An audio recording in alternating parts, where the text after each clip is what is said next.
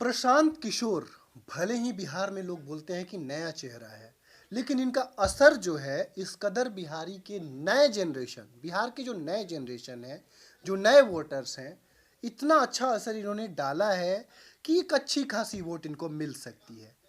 अब मैं ये बताना चाहता हूँ कि ये जो वोट है, इनको मुख्यमंत्री तो नहीं बना सकता, लेकिन ये जो वोट है, बाकी की जो पार्टियां हैं उनको नुकसान पहुंचा सकता है। और सबसे ज़्यादा ये वोट है किसको नुकसान पहुंचाएगा? ये वोट जो है, जो नए नए वोटर्स हैं, जो फर्स्ट टाइम वोटर्स हैं, उनकी चॉइस बन गए हैं प्रशांत किशोर। अब मैंने ग्राउंड पे देखा है, मैंने बातें करी हैं, मैंने कॉलेज स्टूडेंट से बातें करी हैं, उनका सीधा कहना है कि मुझे जो है प्रशांत किशोर को वोट करना है। मैंने रीज़न पूछा कि क्यों? एनडीए ने आपको अच्छा काम करके नहीं दिया, आरजेडी पे आपको विश्वास नहीं है? तो उनका कहना है कि ये हमारे दौर के नेता हैं, हम प्रशांत किशोर को सपोर्ट करेंगे।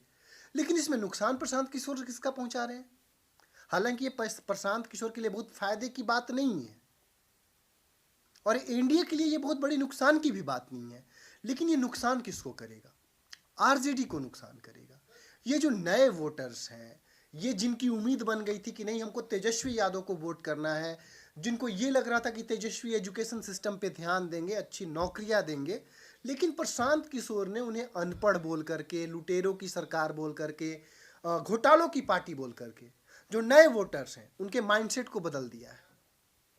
अब वो वोट है, वो प्रशांत किशोर की ओर जाता हुआ दिख रहा है। लग रहा है कि प्रशांत किशोर को ही ये वोट मिलेगा। अब नए वोटर्स जब प्रशांत किशोर को वोट करेंगे तो आरजेडी के पाले से 10 लाख जो नए वोट है, जो इधर भी जा सकते थे उधर भी जा सकते थे, कहने का मतलब है कि एनडीए में भी जा सकते थे और वो जा सकते थे आरजेडी में भी। अब रही बात कि वोट और एक्स्ट्रा एमएलए की जरूरत किसको है, तो महागठबंधन को है।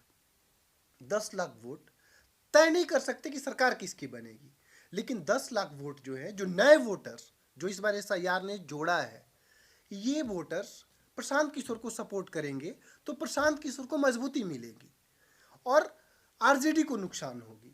क्योंकि आरजेडी के पास ये वोटों का जोड़ना बहुत जरूरी था, तब तो आरजेडी जो है, इंडिया गठबंधन जो है या महागठबंधन जो है, वो सरकार बना पाती। लेकिन ऐसा दिख नहीं रहा है। प्रशांत किशोर की हर बात में, हर समुदाय में, हर भीड़ में, हर रैली में ये नए वोटर्स दिख जाते हैं और अच्छी संख्या में दिख जाते हैं।